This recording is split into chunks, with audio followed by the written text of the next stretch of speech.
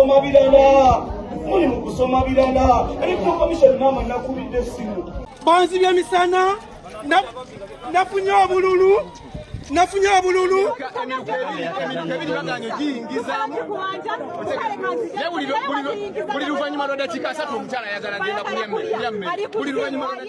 Buterevu nkwaniriza nate ku Focus TV. Thank you so much bali nyokubanga ogoberera bali nyokubera nga obulaba. Katemba emboko obuswanyi byonna byakoleddwa byayisiddwa ku babaka abanubu. Mu video eno nkuleetera abamu ku babaka abakaabya amaziga abeeziribanze abeevulunze mu ttaka nga bafunye obutali bwenkanya okuva mu bakulira obukiiko buno obulangirira obululu oba okuva mu EC. Kyennyamiza kiraliikiriza era tutuuka okulowooza nti lwaki EC tevaawo oba lwaki EC tekeera nkya gavumenti n'ebijjawo ebyokulonda. Kubamu akafaananyi omuntu asipendinze ssente ze, omuntu asipendinze obudde bwe, omuntu ayingidde ekintu kyalowooza nti agenda kuweereza abantu be. Sigaanyi intentions buli omu alina ezze, naye ebintu ebikoleddwa bitulaze lwatu nti waliwo pata emu erina okuba nga yeewangula era abalala bali ku byabwe era mu abalala muli mu kugota lumonde temulina bye mulimu. Tutuuse mu kisa eritegeera nti eggwanga lirina kubamu pata emu n'ebindi ebya multi parties actually byandibadde bivaawo. Buli wa Nuupu w'owulira akaaba, buli wa pata endala gw'owulira akaaba NRM. Buli pata yonna, buli muntu gw'owulira akaba NRM. Tugendeko e Wakiso. E Wakiso omwami gwe bayita Nassif yatuuse n'okwambulwa ebitongole by'okwerinda ne bimwambula ng'abagamba nti Nadia forms entuufu ebyo basoma bifu. Kino tujjukire twakirabyeko ne Nakawa bali mwezo tabakwefaako nnyo. Walayamungu yatafuna buwagizi bwe, yatafuna buwanguzi bwe singa tabakwefaako. Omusajja yabadde ku Ttale Center okuva lwe baamulonze mpaka lwe baamulangiridde almost 2 days nga takyusiza ngoye, tagenzeko, tavuddewoko yadde akadakiika. Isi mwagala tukola ki? Mwagala tulowoozesa nti tewakyali ddala nsa. Omuntu bw'otuuka ku ssa lino otuuka n'ogamba nti ye ebyokulonda tulondera ki? Kitegeeza tumugenda beekyayi okulonda. Wali omwami mulala emukono era naye yabadde ataawa kintu kyekimu nti bannange buli kimu nkikoze obujulizi bwonna mbuleese, naye bigaanyi baganye okunangira, baganye okumpa foomu zange ezikkiriza nti ddala mpangudde ne babiwa omulala. Bingi byali mu kalulu ka bwa pulezidenti oba akaba MPs bangi baataawa. Geoffrey Rutaya yalimu ku abo abataawa, Lutamaguzi yalimu nga bagamba naye tubbiddwa the old like mu lunaku nga lukyali lwa misana tukutuku abantu batubbye obululu.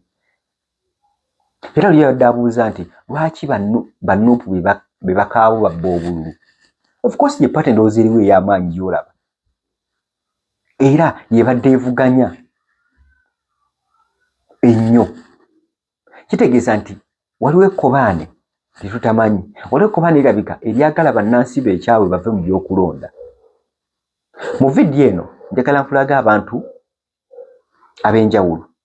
Omwami mulala bamuyita Katongole, Julius Katongole, yatuuse n'okufukamira mu ttaka ng'ataawa okulaba nga bamuwa obuwanguzi bwe ekyagaaniddwa. So njagala tulaba vidiyo buno obw'enjawulo. Katusooke n'akabadde Wakiso bwa Nasa then obulala bujje mu maaso.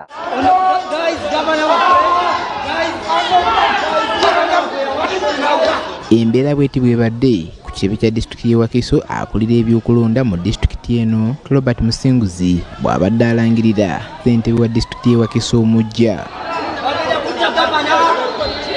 Akwatidde ekibiina kya NUP Bendera ku kifo kino Najja Nasifu agezezzaako okuwakanya ebibadde birangiriddwa ssentebe w'akakiiko k'ebyokulonda era wano ekiddiridde ke kanyoolagano wakati we n'ab'ebyokwerinda abadde bagezaako okumutangira okuwakanya ebyo ebibadde birangirirwa. Akanyoolagano kano katutte akabanga akawera era ab'ebyokwerinda batise n'okulagira bannamawulire obutabaako kye bakwata kyonna. Bino byonna tebiremeseza akulira byakulonda e Wakiso Robert Musinguzi okugenda mu maaso n'okulangira munnakibiina kya NRM Ian Kyeyune nga ssentebe wa disitulikiti y'e Wakiso omujja. As a returning officer for Wakiso Electoral District and in accordance with Section 147 of the Local Government Act, I declare Kyeyune Ian Sengonzi, who has obtained the largest number of votes, to be elected candidate for Wakiso Electoral District.